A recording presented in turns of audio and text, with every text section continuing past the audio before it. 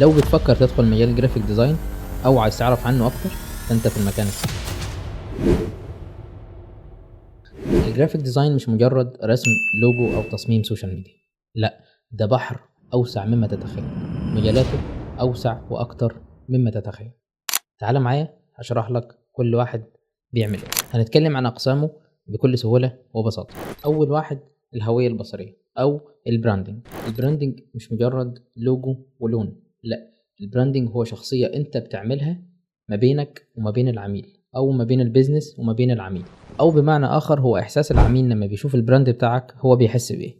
وفي امثلة كتير بتعرف المجال ده او الحتة دي، زي مثلا انت ماشي في شارع شفت بانر، لو هنتكلم عن اتصالات او الشركات، فانت ماشي في شارع شفت بانر لونه احمر في ابيض، انت كده ده معروف انه فودافون.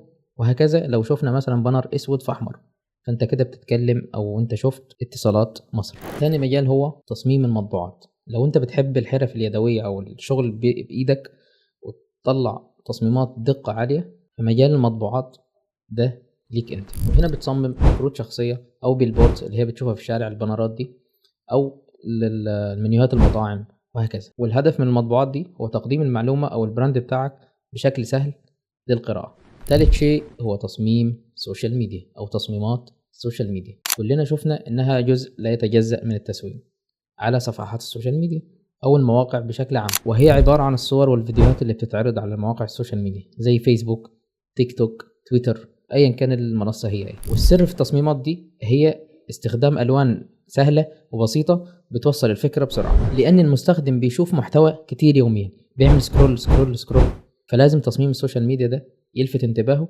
ويفضل يبص عليه، مع اضافة CTA. يعني ايه؟ يعني كول تو اكشن، زي اشتري الان، احجز الان، او اعرف اكتر. المجال اللي بعده هو اليو اكس، تصميم واجهات المستخدم.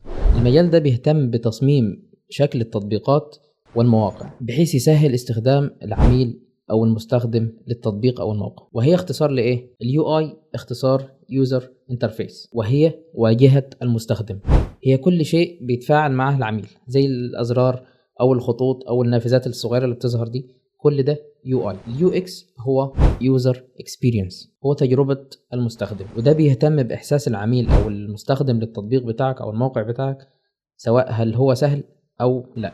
والاتنين بيكملوا بعض، هدفهم الاساسي هو توصيل او عمل تصميم يسهل على المستخدم استخدام التطبيق او الموقع. واخيرا الموشن جرافيكس. الموشن جرافيك ببساطة هو تصميم الرسوم المتحركة، يعني بتحول صور وتصميمات ثابتة للقطات فيديو متحركة بتوصل فكرة معينة أو قصة بشكل سهل، وبيتم استخدامه في الإعلانات أو الفيديوهات التعليمية أو في مواقع السوشيال ميديا. زي ما شفت الجرافيك ديزاين مليان فرص تعليمية، سواء بتحب التصميمات الثابتة أو المتحركة، فدايما في مكان للإبداع. لو أنت حابب تبدأ في المجال شاركنا في التعليقات، وما تنساش تتابعني. سلام عليكم.